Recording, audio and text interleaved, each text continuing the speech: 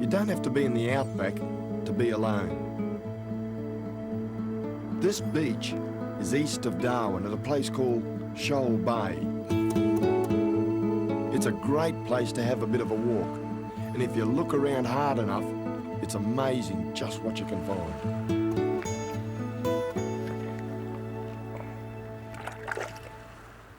Look at that, that's a tremendous specimen. That looks to me like it's a prawn or a yabby or something like that, but it's calcified, it's rock hard. You can see all the body and the tail bending back there, and all the head features around there. It's terrific. You can get lots and lots of those down the beach here, all sorts of different things. Reckon you could have had a real good feed here one time, about 10,000 years ago.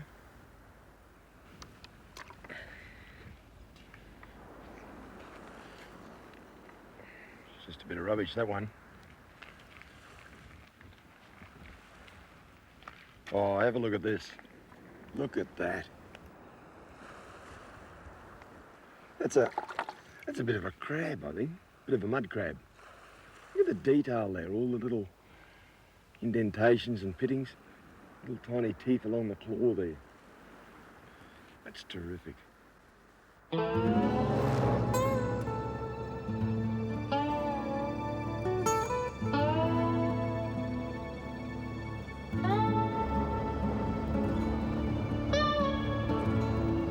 One of the problems with this job of mine is the fact that I'm always on the move. Sometimes I get a bit sick of it and I look forward to a holiday, a bit of a break in the bush.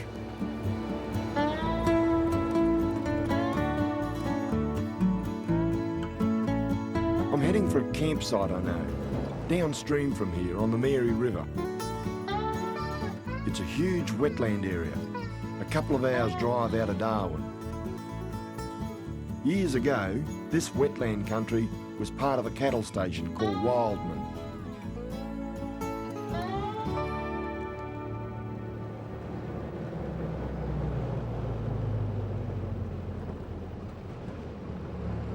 Before I set up camp, I need to get some fuel and some supplies from an old mate of mine, Jeff Swain.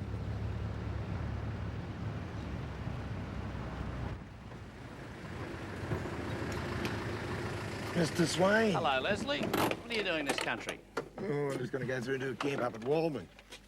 Good. Where you going? Good. Good. Kids all well? Carol well? You want to fill that? Yeah, while I'm here. Yeah, they're okay. Listen, you haven't got any sliced bread in there, have you? Yeah, Sharon's inside. Is she? I'll fill this up while you go and talk to her. How would you be for a potato salad? Yeah, I've got one of those. I'll just see her for a minute. Yep.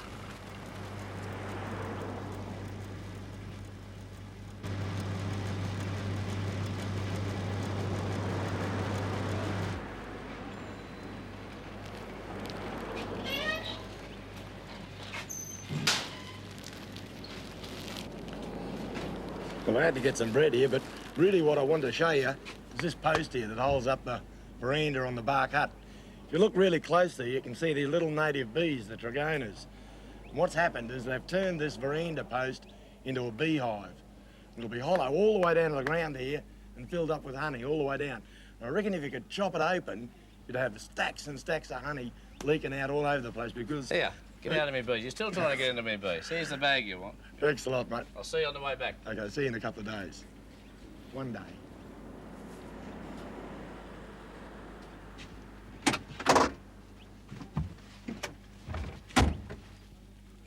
I've been wanting to chop into that log and get the honey out there for years and years now, but his nibs in there won't be in it. I reckon what I'm gonna probably have to do is come back here one night with a bracing bit and get it out that way. That'll fix him.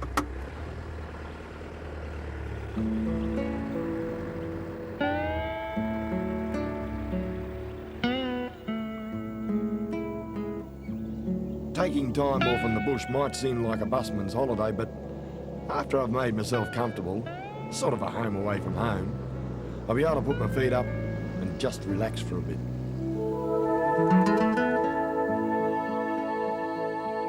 This is where I'm heading, out along the Mary River. The floodplain stretches for miles and miles, and when it fills up with the monsoon rains, it forms these magnificent wetlands.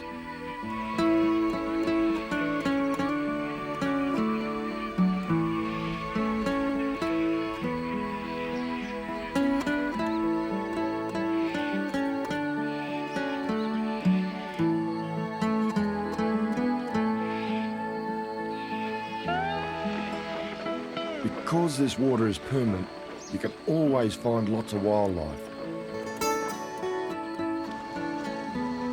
The variety of water birds around here is quite unbelievable.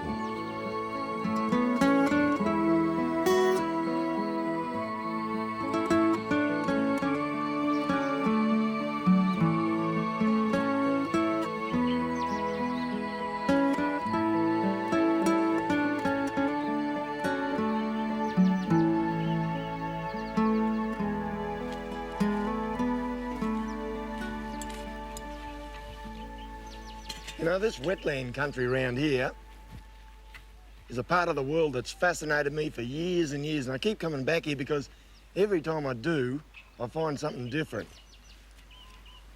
It's a great place to explore around here because it goes for miles and miles around the place. You get a boat in the water, go all the way down there. You've got to be careful where you put your camp around here because there's so many crocodiles. There's barramundi down there too, and where you get barra, you tend to end up getting crocodiles as well. So I put my camp right up high on the bank here, well away from the water so they don't get too friendly. Should be a good spot. Up here, I find the best tent is simply a tarpaulin strung up underneath the shade of the trees. That way there's lots of shade and plenty of fresh air.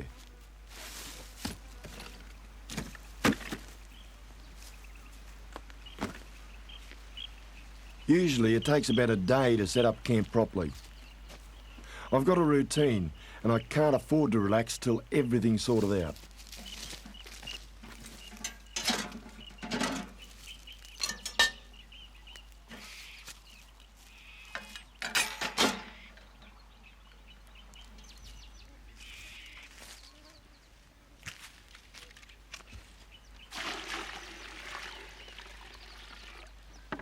You know, to my mind, having a good shower at the end of the day is almost as important as having a good campsite.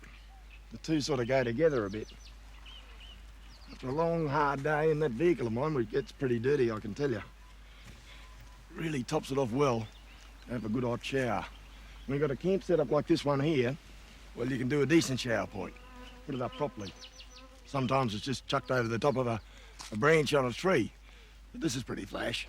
This'll do.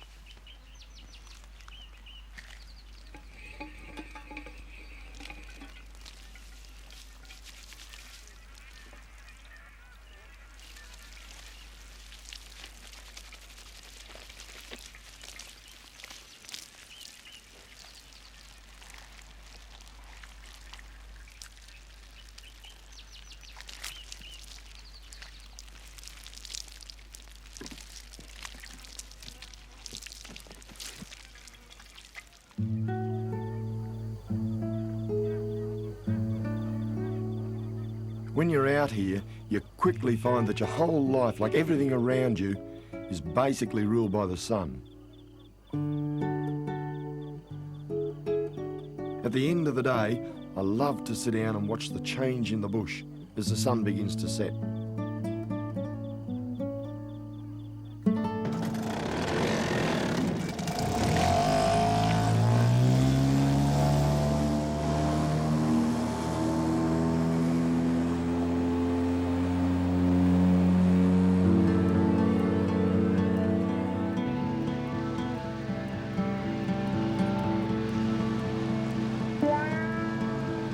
Around these waterways, I quite often get the feeling that I'm exploring the river for the very first time.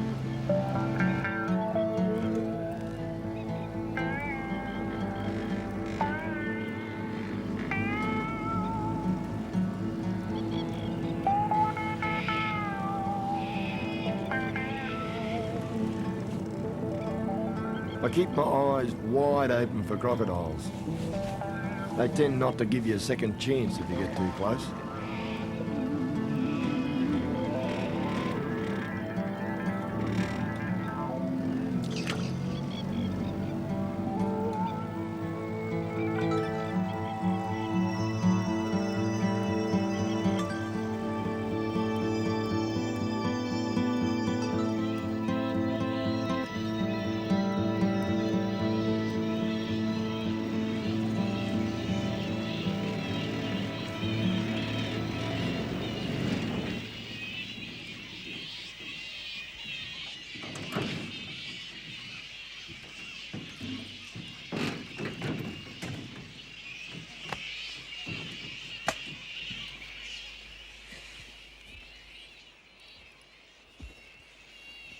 I've been having a bit of a look around the shoreline here of this river, along the banks, looking for a particular vine. There's plenty of the vine, but there's none of the fruit that I wanted. I wanted to show you something that was very, very special, and I reckon the reason is because of that noise.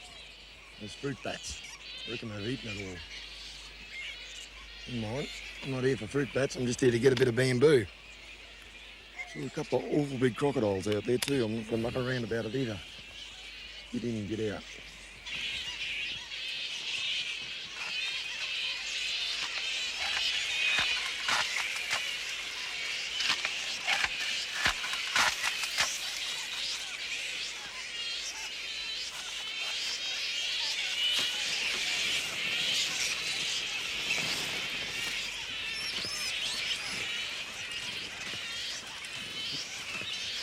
Now you can get this bamboo grown all over the top end up here.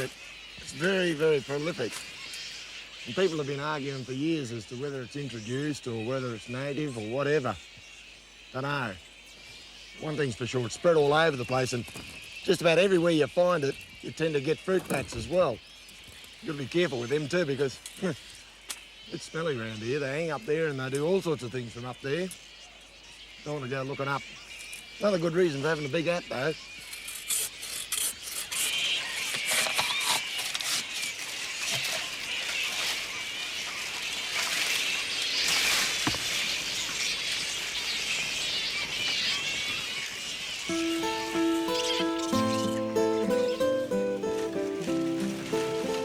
Fruit bat colonies like this once provided a tremendous source of bush tucker for Aboriginal people. They captured them by chucking throwing sticks at them and knocking them out of the sky. With clouds of them like this, that would have been a pretty simple thing to do.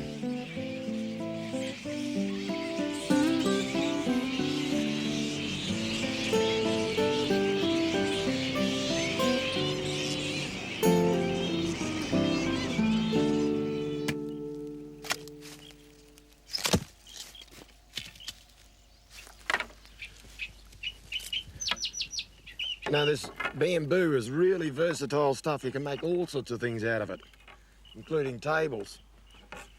I'm using a bit of string here, a bit of twine. But I guess if I didn't have that, I'd probably have to go out and make some bush string. And around here, the best material to make that from is a thing called a banyan tree. And there's a couple of them grown just down the way here. I'll show you what they're like.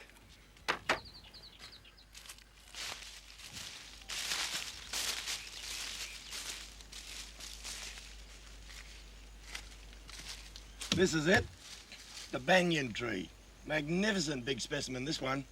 You know, it's hard to believe, but this actually started off life as a strangler fig. And once upon a time in the middle here somewhere, would have been another tree, and that would have been the host tree to the original seed. They're deciduous, and you can see all the leaves lying all the way around. Terrific camping spots these things make. But the really interesting fact is the aerial roots behind me. Here's one of them here, and These things here supplied all the bush string for Aboriginal people for thousands and thousands of years. Well, they used other things as well, but up in this part of the world, this was one of the main suppliers of bush string.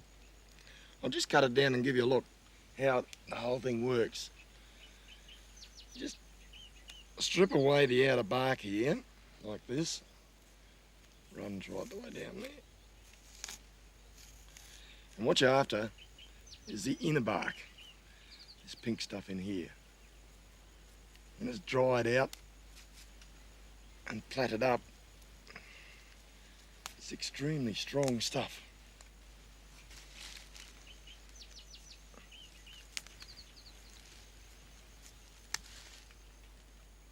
Right, we now shred that away a bit. Like that. Let it dry in the air for a little bit. Next comes the painful part. It's painful for me because I got hairy legs. Aboriginal women didn't have much trouble with it. And because of that, they could do double twists and all sorts of things. I can only do the one twist. It hurts too much to do double twist. Just twine it round like that, round and round. That's it. Look at that. That's just as tough as a green string I got back in the camp there.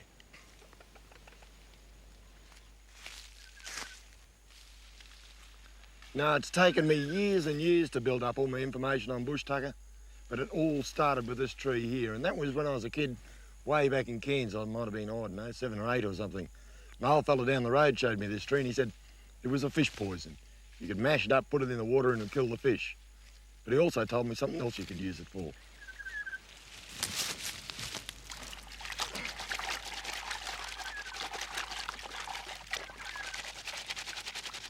The trick with this tree is to crush the leaves up in the water, and that way the sap is released.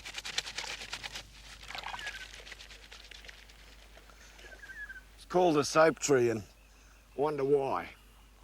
It does that because it contains saponin, which is basically a rough sort of bush soap that you do the washing up too. Very, very effective and very, very common up here in the top end. Get a few rough spots in the pan here, you can always get one of these to scour it away. That's the sandpaper fig. Tell you what about this stuff, it even works in cold water.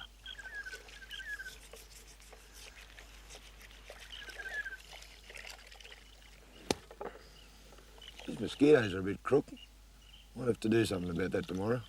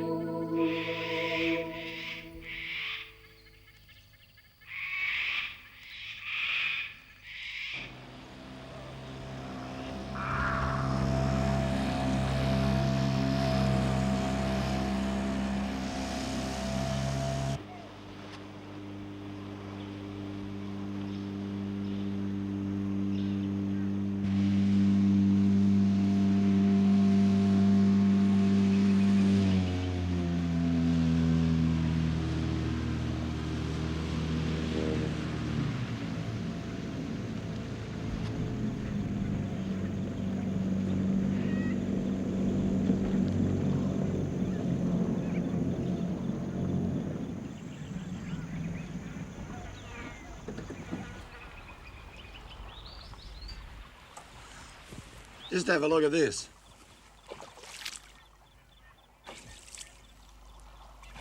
I reckon that's terrific. I do it every time I come up here. The water sort of races across the surface of the leaf just like a meniscus. It's obviously got to be a waterproof leaf because it's a water plant. A lot of people think that these things here, and they go for miles and miles all the way right around the river systems and the wetlands, are water lilies, but they're not really. They're a thing called a lotus lily. Proper name's, I think, Nalumbo or something like that.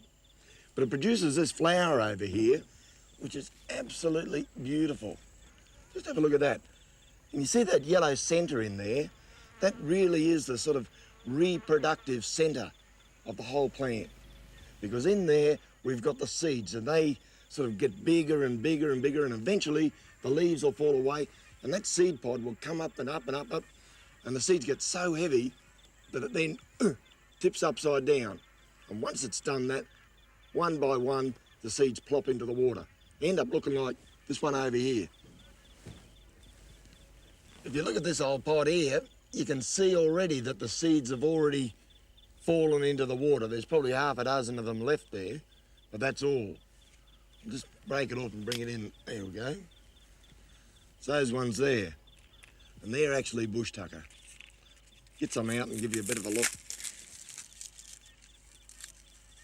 There it is. You've got to use a pair of pliers or maybe a lump of rock or something, because they've got a very hard casing on them. That's the part you eat there, that white part in the centre. It sort of tastes a bit like dry wheat or something like that. They're pretty good, actually. In fact, the water buffalo reckon they're tremendous, and a few years ago, all this lotus lily country was given a real hard time by water buffalo, but not so much today because there aren't too many water buffalo left around the place, which is probably just as well.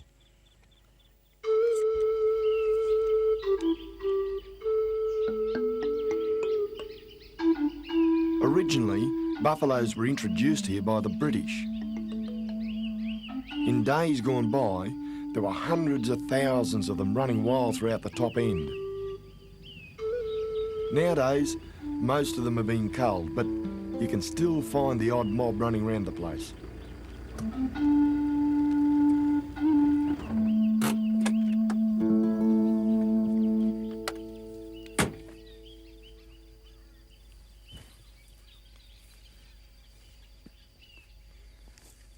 You see this buffalo dung here?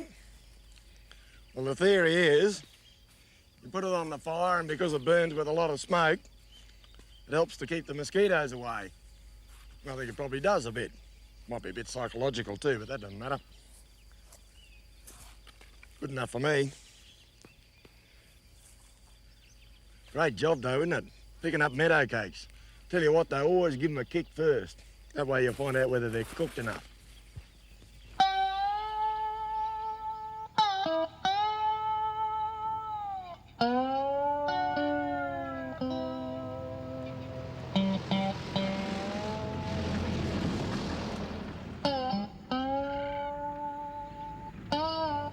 Out around this wetland country, it's easy to think that the permanent water is everywhere.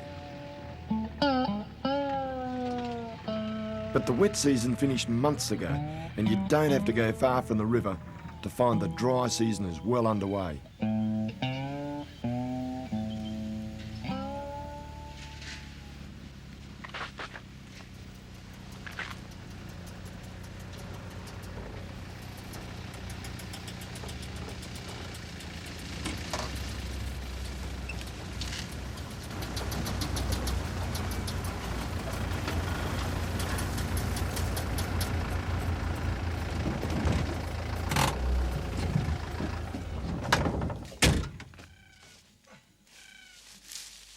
Well, I guess that's what you can expect if you insist on driving down old fence lines. That track that I've been coming down, that's not a track at all. It's just an old fence line, and I suppose this happens to me about once a year. It's a bit of a nuisance, but anyway.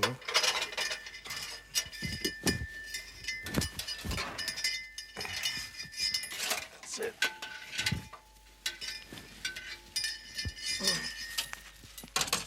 Oh. Keep that, might be able to use that later on.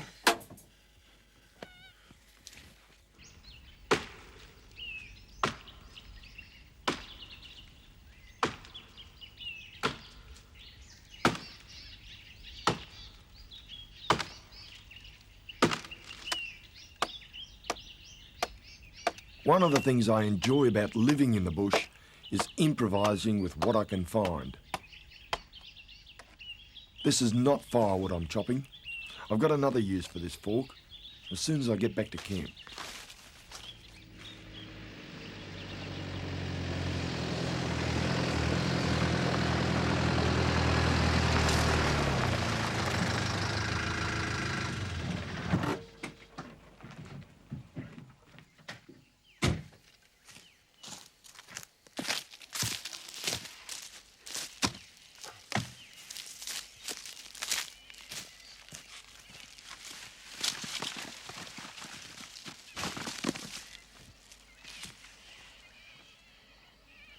This is probably one of the simplest bits of bush furniture you can get.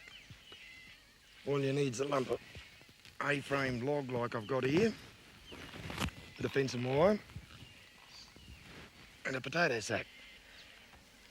Bind it up at the back there like that. Yeah, that'll fit good. Pin it down there. Just run a pole through the bottom here, across there. There we go. And you know what? It's really comfortable. I guess you'd call it the original squatter's chair. There's a whole bunch of variations like this, but they're so simple and easy to knock up just to make your camp a bit more comfortable. They're terrific.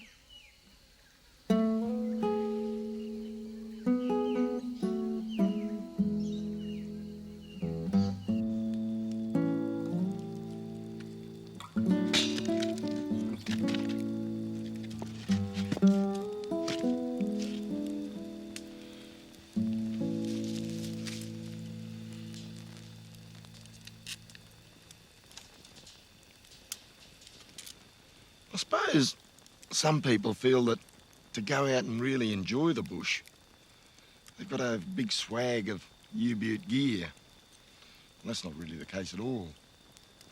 Personally, I work off the principle of KISS. Keep it simple, stupid. It seems to do pretty well. Once I get myself out there, I put my effort into getting comfortable and set up, and that way I can really enjoy the bush. What I'm making here, and I've just finished it, just about, is a flip toaster. I've made it out of that wire that I pulled out underneath the car along the fence line the other day.